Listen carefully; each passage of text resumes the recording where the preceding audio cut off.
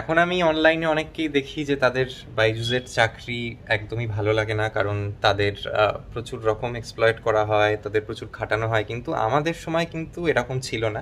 14ই ফেব্রুয়ারি ভালোবাসার দিন, সকাল সকাল প্লেন ধরে ব্যাঙ্গালোরের জন্য রওনা দিলাম। তখন আরেকটা যেটা ফ্যাক্টর ছিল, সেটা হচ্ছে রিগার্ডিং মাই লাভ লাইফ। একটি মেয়েকে খুব ভালোবাসতাম সেই সময়, তাকে ছেড়েও যেতে হচ্ছিল বলে খুব দুঃখ লেগেছিল। যদিও তার সঙ্গে এখন আমি আর সম্পর্কে নেই, কিন্তু সেই সময় যেরকম হয় কলেজ প্রেম, ভালো লাগা, তো তার কথাও বারবার মনে হচ্ছিল, নিজের ফ্যামিলির কথা বারবার মনে হচ্ছিল। এদিন আজি কোন ঘরে গো খুলে দিল দ্বার, আজি প্রাতে সূর্য ওঠা সফল হলো কার। এদিন আজি কোন ঘরে গো খুলে দিল দ্বার, আজি প্রাতে সূর্য ওঠা সফল হলো কার। আশা করি আপনারা সবাই ভালো আছেন। জানেন আজকে রবীন্দ্র জয়ন্তী, তাই আজকে এই রবীন্দ্রসঙ্গীতটি দিয়েই কিন্তু আমার ব্লগ শুরু করলাম। আশা করি টাইটেলটা পড়ে আপনারা বুঝে গেছেন যে আজকের ব্লগের কন্টেন্ট কি হতে চলেছে। আজকে আমি আপনাদের সঙ্গে শেয়ার করব আমার প্রথম চাকরি পাওয়ার গল্প এবং প্রথম ইন্টারভিউ দেওয়ার গল্প। আমি এইটুকু বুঝতে পারছি, আমার আগের ব্লগটা বা এই ব্লগটা দেখে অনেকের মনেই প্রশ্ন জাগছে যে এর চ্যানেলে কি আর সাবস্ক্রাইবার হিসেবে থাকার কোনো মানে আছে? কারণ আমি তো এই চ্যানেলটা সাবস্ক্রাইব করেছিলাম ট্রাভেল ব্লগ দেখবো বলে বা এর গান শুনবো বলে। হ্যাঁ, গানটা তো অবশ্যই এই ব্লগেও শুনতে পেলেন, কিন্তু ট্রাভেল সিরিজ কেন দিচ্ছে না, ট্রাভেল ভিডিও কেন পাচ্ছি না? তার একটাই কারণ, আমি নিজেও দেখেছি, এই করোনার মরশুমে আমার ট্রাভেল সিরিজগুলোর কিন্তু সেভাবে ভিউ আসছে না। আমার বলতে কোনো লজ্জা নেই, আমি খুব ছোট কন্টেন্ট ক্রিয়েটার। আমি অনেক আশা করে অনেক খেটে একটা ভিডিও বানাই। তো যখন আমার একটা দার্জিলিংয়ের মতো এরকম পপুলার জায়গা ট্রাভেল সিরিজেও মাত্র প্রত্যেকটা ভিডিওতে 100টার কম ভিউ আসে, তখন কিন্তু একবার মনে হয় যে রিফ্লেক্ট করতে যার বা কোথায় ভুল হচ্ছে। আমি আপনাদের কাছেই ডিরেক্ট কোয়েশ্চেন করছি, I will say this in English as well for my non-Bengali speaking viewers, that please come up and tell me what is going wrong, so that I get to improve myself and improve the quality of my travel vlogs. And I am saying this because most of my travel videos nowadays are only getting around 100 views, which wasn't the case initially. So when I started off with Puri or Mayapur, right, those videos were getting views in few thousands, and down the lane I have seen that it's reducing. So there is something that must be wrong from my end, and I'm not sure what. I'm not able to figure out that. So if you could kindly guide me, I'll improve that. And for my upcoming travel series, Kalimpong travel series, Digha and Mondarmuni travel series, I'll keep those points in mind and try to work upon them. Now coming back to আজকের গল্প।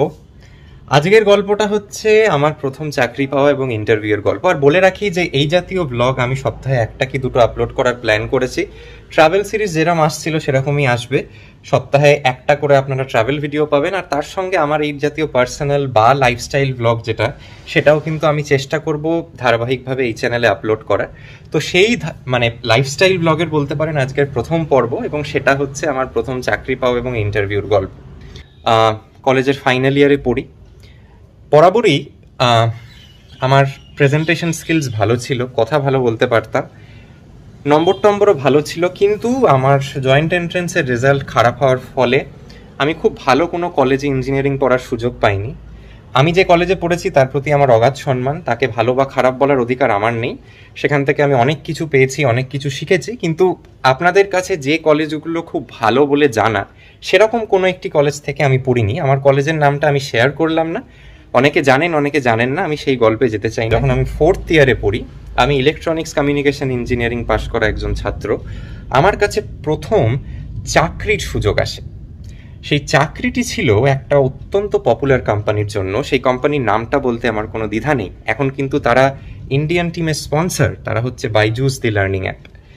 এই বাইজুস দি learning অ্যাপে প্রথম internship বা চাকরি যাই বলেন, সেটার সুযোগ আমি পাই। শেষমেশ সেই দিনটা এলো যেদিন ইন্টারভিউয়ের আমার ডাক পড়লো। সম্ভবত সকাল 8টা নাগাদ রিপোর্টিং ছিল। খুব মনে ভয়, একটা প্রথম কথা নিজের কলেজ নয়, একটা নতুন কলেজে যাওয়া, সেখানে নতুন পরিবেশ, কাউকে চিনি না, জীবনে কখনো কোনো ইন্টারভিউ দিইনি। তো চলে গেলাম সাহস করে আর কি, যেরকম হয়। তখন মনে ভয় নিয়ে থাকলে একদমই চলবে না, কারণ জানি একটা চাকরি পাওয়া খুব দরকার।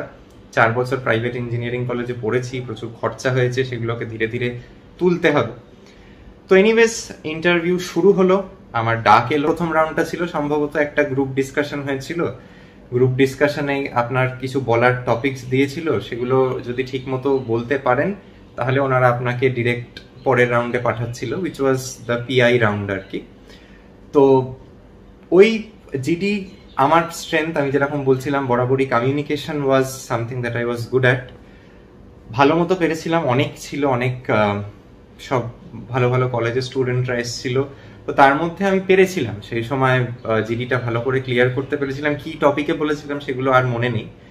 তো যাই হোক, জিডি ক্লিয়ার করার পরে পার্সোনাল ইন্টারভিউ হলো, first round of personal interview. অনেক কিছু জানলো, এবং যেহেতু এটা একটা নন টেকনিক্যাল রোলের জন্য হায়ারিং ছিল, basically we are being hired for sales, তো সেখানে কিন্তু টেকনিক্যাল নলেজ নিয়ে খুব একটা তাদের কিছু মাথা ব্যথা ছিল না। তারা যেটা দেখছিল, if I was good at convincing them, আমার কমিউনিকেশন স্কিল ভালো কিনা। তো এই জাতীয় বিভিন্ন প্রশ্ন in terms of leadership capability এই সেই করে, প্রচন্ড প্রেশার, মানে এক একটা রাউন্ড হচ্ছিল আর মনে হচ্ছিল যে কি হবে এরকম একটা ব্যাপার।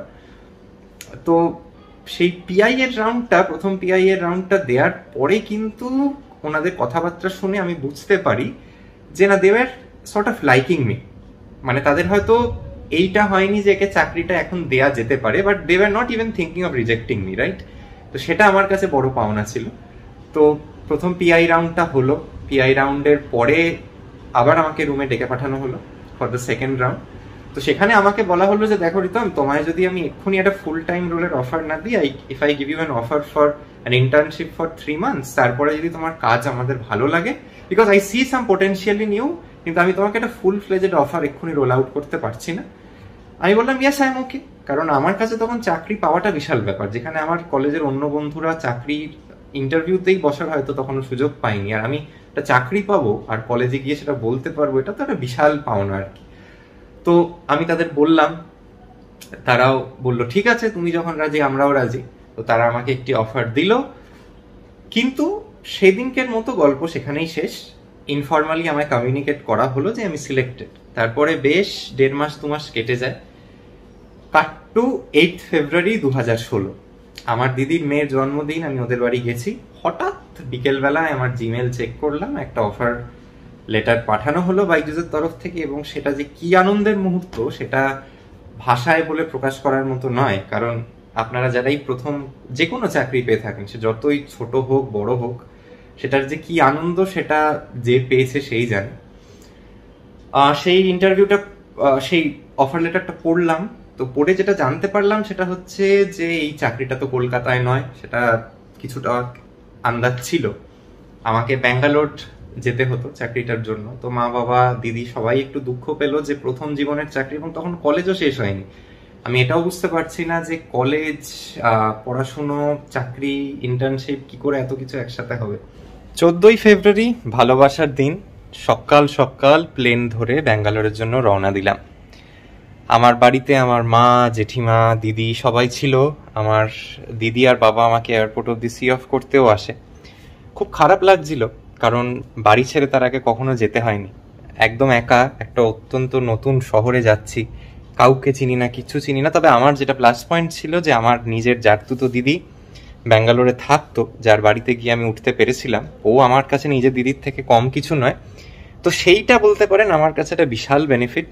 ও কিন্তু আমায় এয়ারপোর্টে এসে রিসিভ করা থেকে শুরু করে প্রথম দিন ওর বাড়িতে নিয়ে যাওয়া, থাকা, ওর হাজব্যান্ড আমাকে নিয়ে পুরো ব্যাঙ্গালোর শহরটা চেনায়, এবং ওরাই কিন্তু আমার জন্য একটি ভালো হোটেল এবং পিজির সন্ধান দেয়, যেখানে গিয়ে আমি লং টার্মে থাকতে পারি। কারণ সেখানে ন্যাচারালি আমার মাসের পর মাস থাকার মতো সুযোগ সুবিধে ছিল না, কারণ ওটাও ওদের নিজস্ব ব্যক্তিগত বাড়ি, এবং আমিও চাইতাম না যে কারুর বাড়ি গিয়ে ওভাবে মাসের পর মাস থাকি। তো প্রথম প্লেন চড়াটা কিন্তু খুব মনে থাকবে। সেই জাতীয় কিছু ছবি দেখুন, আমি এখানে দেখাচ্ছি আমার প্রথম প্লেন যখন চড়েছিলাম। তো কিরম ছিলাম, দেখতেও কিরম ছিলাম, প্রচণ্ড রোগা ছিলাম সেই সময়। তো এই ছবিগুলো দেখলে সেই সময় ফিরে যাই, কিরম লাগে, মনে হয় কতগুলো বছর চলে গেছে। এবং তখন আরেকটা যেটা ফ্যাক্টর ছিল সেটা হচ্ছে রিগার্ডিং মাই লাভ লাইফ। একটি মেয়েকে খুব ভালোবাসতাম সেই সময়, তাকে ছেড়েও যেতে হচ্ছিল বলে খুব দুঃখ লেগেছিল। যদিও তার সঙ্গে এখন আমি আর সম্পর্কে নেই, কিন্তু সেই সময় যেরকম হয় কলেজ প্রেম, ভালো লাগা, তো তার কথাও বারবার মনে হচ্ছিল, নিজের ফ্যামিলির কথা বারবার মনে হচ্ছিল। কিন্তু yes, this is life, we have to move on. Cut to Bangalore. চাকরির প্রথম দিন সবার কাছেই ভীষণ স্পেশাল। আমার মনে আছে দিদির বাড়ি থেকে সকাল সকাল চলে এলাম আমি, দিয়ে আমার যে হোটেলটা নিয়েছিলাম আর কি, সেখানে ব্যাগ ট্যাগ রেখে আমার এক কালিগ আমাকে জয়েন করলো। ও আমার সঙ্গে চাকরি পেয়েছিল, ও কলকাতার ছেলে, ওর নাম দেবপ্রিয়। ও যদি এই ব্লগটা দেখে নিশ্চয়ই ওরও মনে পড়বে। তো আমি একটা জিনিস একটু বলতে ভুল করেছিলাম, আমাদের জয়নিংটা ছিল 16th, তো আমি 14th ফ্লাই করেছিলাম, 15th আমি রেস্ট ডে পেয়েছিলাম, 16th থেকে আমাদের জয়নিং ছিল। তো 15th আমরা একসাথে হোটেলে কাটাই এবং আমরা গ্লাস ডোরসে রিভিউ পড়ছিলাম যে কোম্পানিটার কি। তো তখনও খুব বেশি রিভিউ নেই, তবে যেটা বুঝতে পারলাম যে it would be a hardcore sales job and we are getting mentally prepared for it basically. তারপর 16 তারিখ এলো, সকাল সকাল আমি আর দেবপ্রিয় আমাদের ব্যাঙ্গালোরের হোটেলটা থেকে অটো করে পৌঁছে গেলাম হচ্ছে আমাদের অফিসে। প্রথম কর্পোরেট জব, ভাবতে পারছেন? মানে একটা কলেজ পাস আউট বলাও যায় না, একটা কলেজ স্টুডেন্টের কাছে প্রথম কর্পোরেট জব। মাইনেটা আমি বলছি, মাইনেটা যেভাবে আমরা সার্ভাইভ করেছিলাম ব্যাঙ্গালোরে, আমাদের স্টাইপেন্ড হিসেবে 18,000 টাকা দেওয়া হতো, ঠিক আছে? আর একটা ফোন দেওয়া হয়েছিল, সেই ফোনটায় আপনারা ফ্রি কল করতে পারবেন, কারণ আমাদের কলিং প্রোফাইল ছিল। তো কল করে করে পেরেন্টসদের সঙ্গে কথা বলা আর কি, স্টুডেন্টের মা বাবার সঙ্গে কথা বলা, এই জাতীয়ই কাজ ছিল, এবং convincing them for buying the plan of Byju's, basically their educational plan. That is what the job was. তো সেই আর কি, 18,000 টাকায় ব্যাঙ্গালোরে থাকা, তাও পিজিতে কষ্ট করে থাকতাম আমরা, খুব টাফ ছিল। Life wasn't really smooth. 6 থেকে 6,500 টাকা শুধু পিজিতেই বেরিয়ে যেত। তারপর যাতায়াত, খাওয়া দাওয়া কিভাবে কাটিয়েছি সেই 2.5 থেকে 3 মাস, সেটা আমিই জানি। কিন্তু খুব মজা করতাম, তার একটা কারণ হচ্ছে যে অফিসে প্রচুর সমবয়সী বন্ধু পেয়েছিলাম, যারা ওই রকমই আমাদের মতো 4th ইয়ারে পড়া স্টুডেন্ট, সবাই একসঙ্গে, ওই 18-20 জনের একটা গ্রুপ। আমার মনে হয় না যে অত ভালো কালিগস আমি কখনো পরে অন্য কোনো চাকরিতেও পেয়েছি। তো চাকরির প্রথম দিন, চাকরির বন্ধু বান্ধবের গল্প তো আপনাকে বললাম। তো এবার বলি যে কতদিন চাকরিটা করেছিলাম। তো আমি কিন্তু কলেজের ফিরে আসতে হয়েছিল আমার, কারণ আমার ফাইনাল ইয়ারের পরীক্ষা ছিল। তো আমি বোধহয় 2.5 থেকে 3 মাস ওই ইন্টার্নশিপটা করেছিলাম, তারপরে আমি আর কন্টিনিউ করিনি, কারণ আমার ওই প্রোফাইল, সেলস প্রোফাইলে কন্টিনিউ করার ইচ্ছে ছিল না।